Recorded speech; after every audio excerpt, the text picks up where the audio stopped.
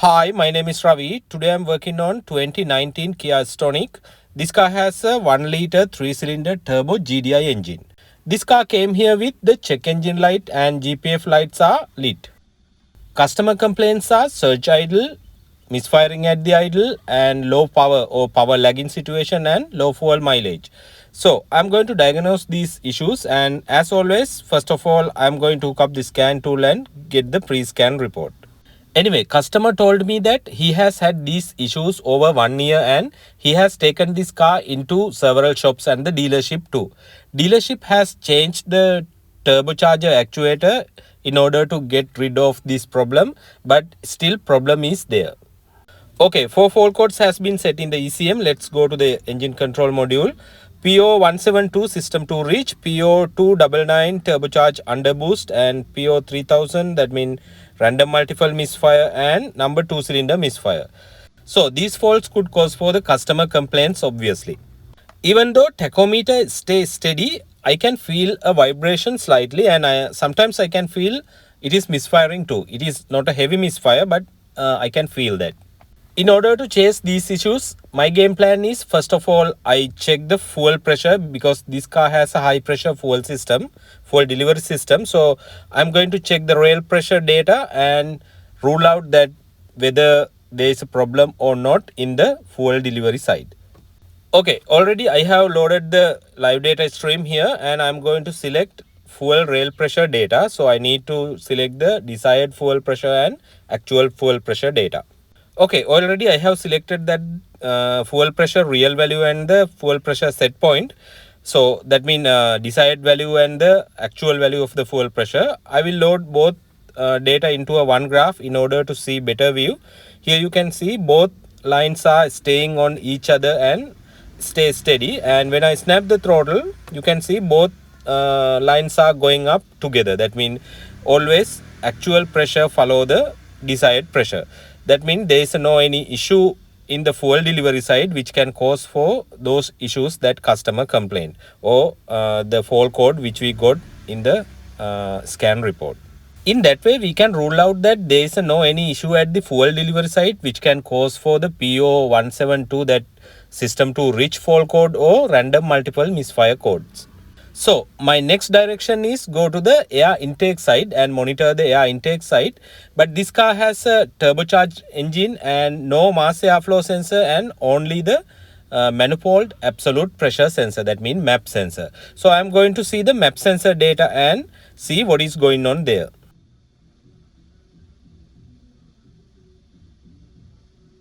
Okay, here is the intake manifold pressure values, but it is in the hectopascal scale, so I am not so familiar with that, so I need to change it to the kilopascal scale. Okay, it is in the kilopascal scale right now, so I just load the graph mode and I need to see how data is going up when I snap the throttle. Here you can see when I snap the throttle, intake manifold pressure is going up, but I don't like really the way engine is rev up when I snap the throttle. I really feel it is lagging condition.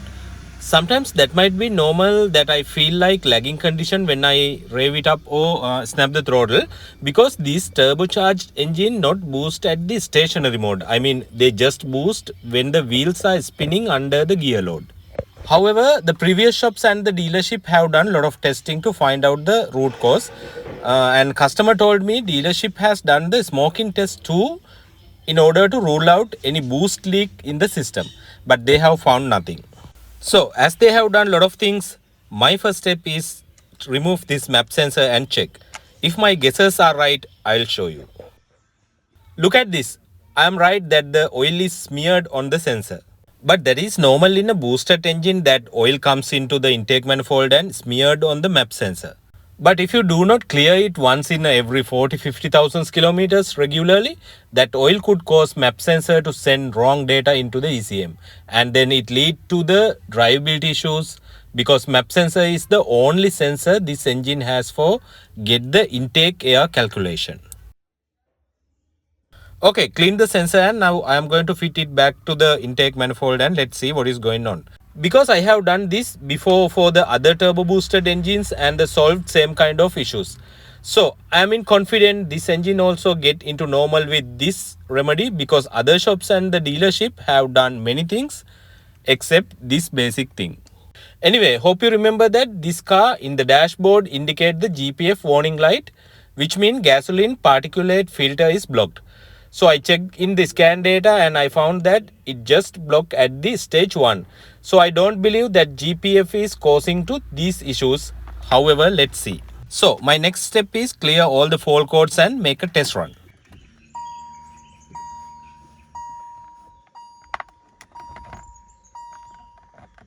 Okay, I'm going to read the fault codes here, and you can see here all those fault codes are still there. So before clear them, I'm going to take a report because it might be helpful for further diagnosis if those fault codes return after the test run. Okay, report is saved. So let's go backward and clear all the fault codes. Here I tap on the clear fault codes. Yes, I need to clear the fault codes. Yeah, clear fault memory completed. Right. Okay, read fault code again. You can see here no trouble codes in the engine control module. So we are done here. So let's make a test run. Before go to the test run, I would like to see the map sensor data while snap the throttle, because hope you remember that I told you when I snap the throttle before clean the map sensor, I felt that it's a lagging condition. When I snap the throttle, engine is rev up, but it has a lagging condition. But I would like to see it again. So I'm going to start the engine and see the map sensor data. Okay, I put the map sensor data into the kilopascal scale. So let's start the car and see what is going on there.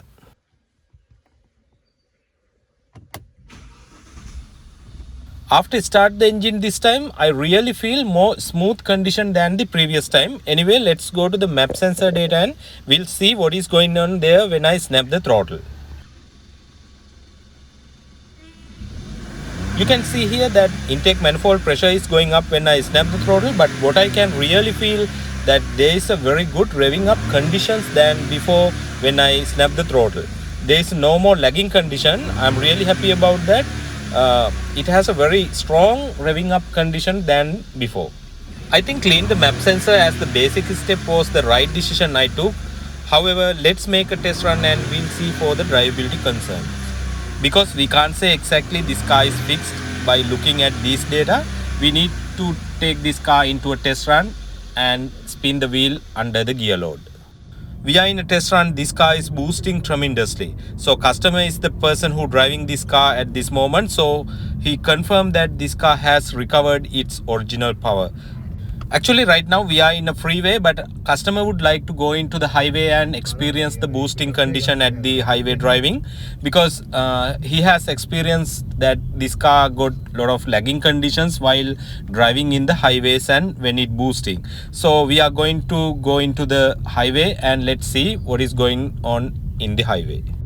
Okay, we're gonna go enter to the highway soon. So here in the scan tool, I have loaded several data bits in order to see the changes of them. I have loaded here fuel trim data, fuel pressure data, and the map sensor data with the vehicle speed. So we need to make sure that is there anything wrong or anything changes while we are boosting in the highway. Already we have cleared all the fault codes, but you remember we have had that P0172 system 2 rich fault codes. So I need to make sure that will it be back, because then I can observe these data, especially the fuel trim data, and determine whether it will be back or not with the data. So we are going to boost in the highway and let's see what is going on. Okay, we're gonna go boost the engine. Just focus on the intake manifold pressure sensor data. It is here around 90 kilopascal. So let's see what is going on when boosting. Look at that. I will show you. Yeah, it is over 200 kilopascal. Amazing. It is 2 times of the barometric pressure, which is amazing, and we can really feel very good power of the car. This 3-cylinder 1 liter 3-cylinder car gave us a huge power. Unbelievable. Yeah, customer is pleased to have its original power. Actually, I can feel, even I sit on this passenger side, I can feel that power. So we were successful with our remedy that cleaned the map sensor just clean the map sensor. The very basic step that everybody should do with these kind of issues. You can do it by yourself, like DIY repair. Anyway guys, I would like to remind you that when you have these kind of problems, don't get the complex things first. Just think about the very basic step, otherwise very fundamental things, and just address for the fundamental things first. But if you don't get fixed, then just go ahead step by step. Don't get complex things first. That is very important. By the way, hope you remember that GPF light is still on the dashboard. So it has been blocked in the stage 1 when I check the scan data. So we need to shoot that out and clear the light. So let's do it when we reach back to the garage. I will show you those steps and the procedures how to shoot the GPF and clear the GPF light.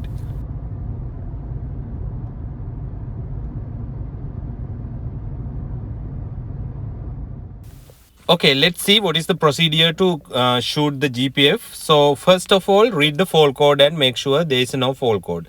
Okay, after the test run, you can see here no trouble code. So go back, and here you can see that GPF light is on and engine is also running at this moment. So let's go and see what are the steps to shoot the GPF. First, go to the special functions and then select here GPS service regeneration. And then read the given information carefully and follow those steps. Here I'm not going to read those things for you, so just read it, and I go to the next step. And then you get another set of information here. Read them carefully and just follow those steps. And there are several steps that you should fulfill before you start the regeneration process. Here I have done those steps and those conditions, so I go ahead and start the regeneration process. Okay, you can see here that the regeneration process has been started and the engine RPM has been gone up to 2500 RPM. So let's go outside and see the tailpipe side. But in this process, when we clean the GPF, we can't see any heavy smoke there, but I can feel some smell. Anyway, don't forget to keep open your hood during this process, because engine become little bit hot during this process as it is revving up over 2500 RPM. So that is very important.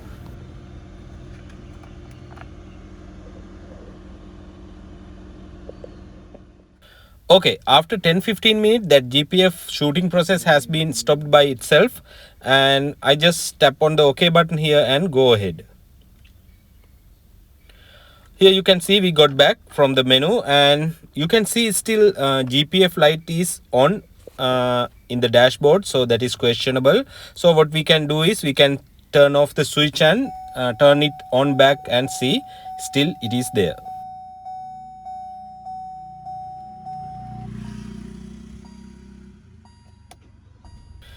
Yeah, even after start the car, you can see that the GPF light is still stay on in the dashboard, so it might need another regeneration cycle to be cleared.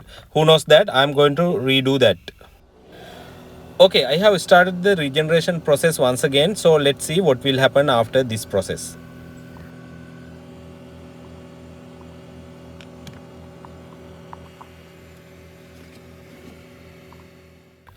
Okay, even after the second regeneration process, that GPF light still stay on in the dashboard. Really, that is critical.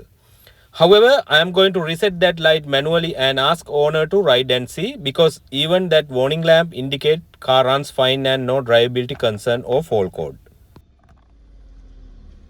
Okay, just tap on the option that indicate resetting adaptive values after GPF replacement here. So it will let you clear the GPF light from the dashboard. So I just go ahead and tap on this resetting adaptive values after the GPF replacement option. Just tap on the OK button. This is the only simple procedure that you can follow to remove the GPF light from the dashboard. So first try regeneration process. Even after the regeneration process, light is still there. Just do that option. You can see here no more GPF light is illuminating on the dashboard. So we are done. We fixed this car. I'm pretty confident that this car is fixed because we had over 40-50 kilometers of test run and had a very good experience with that test run. No any drivability concern or no any fault code comes back. So I believe this car is fixed. However, customer will run and see and will let us know if anything comes back. So if anything comes back, we have to diagnose it again. So until then, thank you for watching. Stay subscribed with us for more diagnostic videos.